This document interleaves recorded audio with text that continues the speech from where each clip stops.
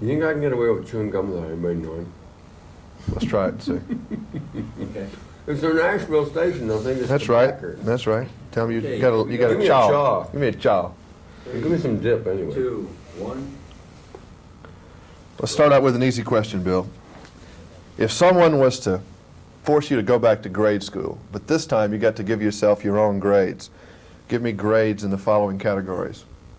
Neatness. I feel like Miss America. Are there any nude pictures? But anyway, we'll go to that in a minute. Neatness. Neatness, I would say D. Effort. I would say D. Conduct.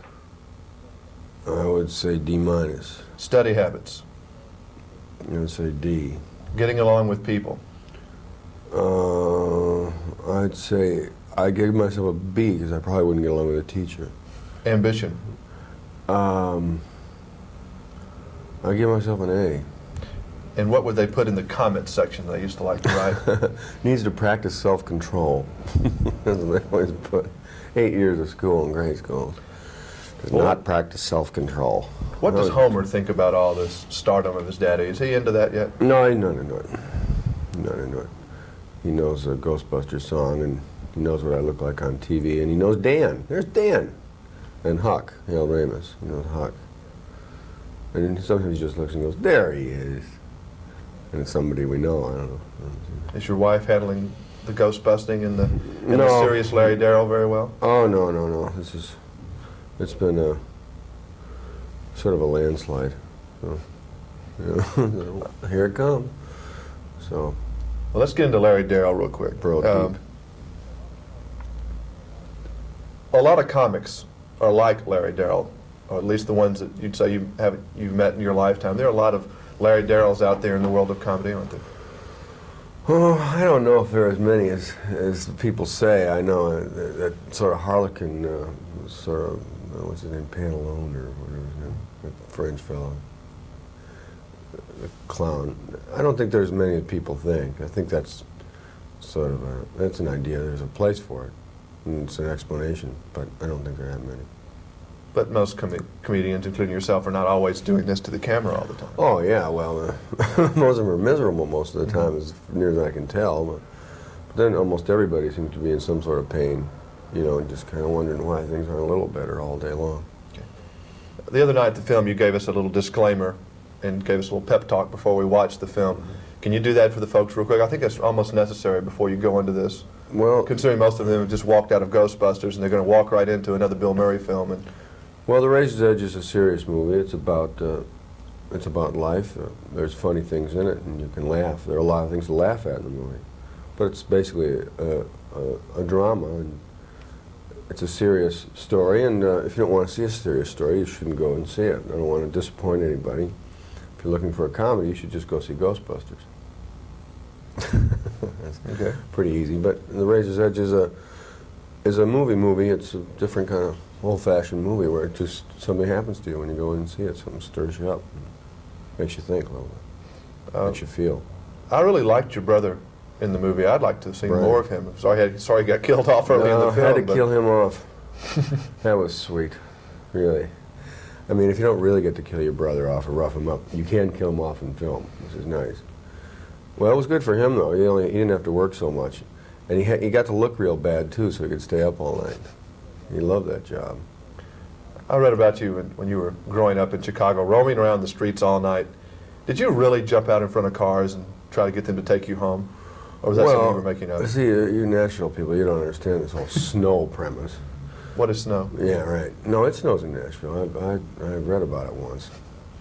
But in Chicago, at night, it's in January, it spends about a week like 20 below zero sometimes. And if you're walking in Chicago in the snow, there's no place, and you don't have any money, although people that are driving down the streets are nuts and cops. And so you just jump in front of the car and say, you're giving me a ride, you know. They're so glad you're not going to hit them that they can let you in. You know, the cops are sort of shaken that you've attacked them, but they let you in and drive you wherever you're going. Do you and Danny do that now when you're in New York for a diversion? Yeah, we jump in front of cars still, just for fun. We don't even want rides anymore. No, we just want to see how close you can get. Thank you.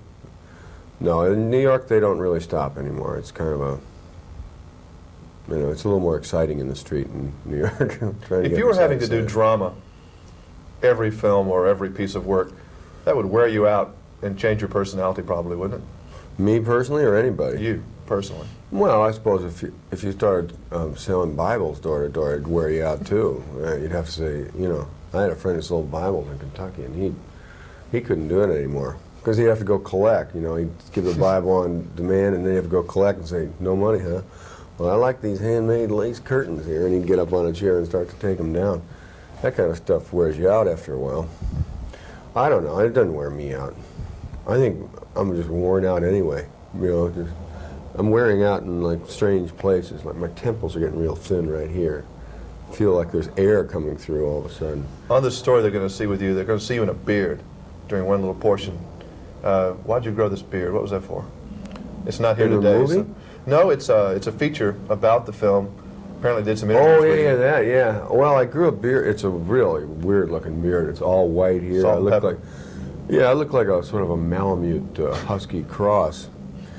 I grew it because I couldn't even walk down the street in New York when this Ghostbusters came out. It was like I was the guy that shot Reagan or something. They were like, "Hey, you!" You know, it was like scary.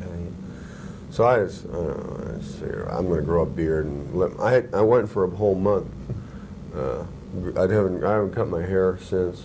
I didn't cut my fingernails for about 10 weeks. I was sort of giving him a mountain man or something. I don't know what was happening. Has Ghostbusters replaced all the Saturday Night Live questions you used to get now? Huh? Nobody cares about Saturday Night Live very much anymore. But they're into Ghostbusters. Well, it sort of speaks for itself. They don't really have many questions to ask for it. I mean, we did a press thing on Ghostbusters, and nobody really wanted to talk about it. They all wanted to talk about the Razor's Edge then. I did the Razor's Edge interviews on Ghostbusters because they all looked at Ghostbusters and said, well, that's that.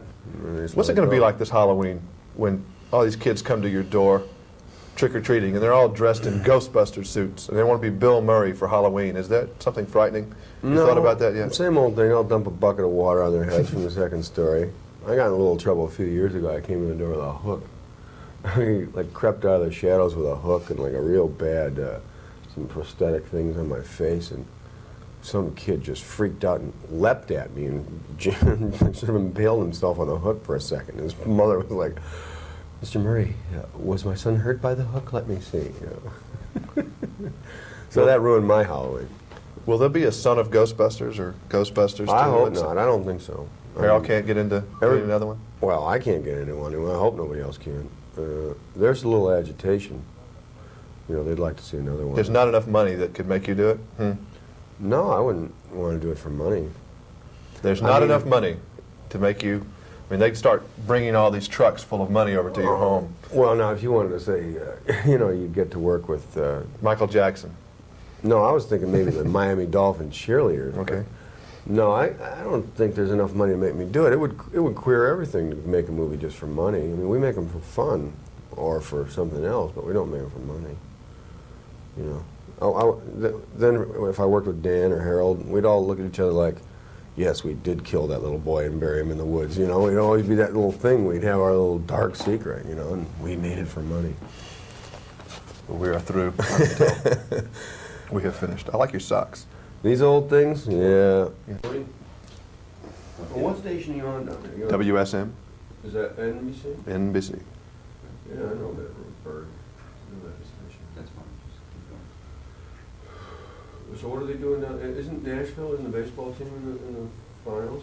Or They puked out. They did all right. They're usually pretty good, but they didn't make it this year. I just saw the USA Today. They made the finals, the playoffs, but they didn't. They got bumped out pretty quick.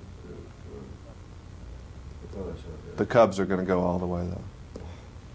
Well, that's what I'm doing as soon as I get out of here. I go back to New York for a day or two, and then go to Chicago to get out on the excitement. It is going to be fun. I think they'll do it. Well, I think They'll have Sutcliffe pitch every game, and we'll be all right. No, they can't do that. They can't get panic. But if something goes wrong, I think they'll burn down the city. I think so. It'll be a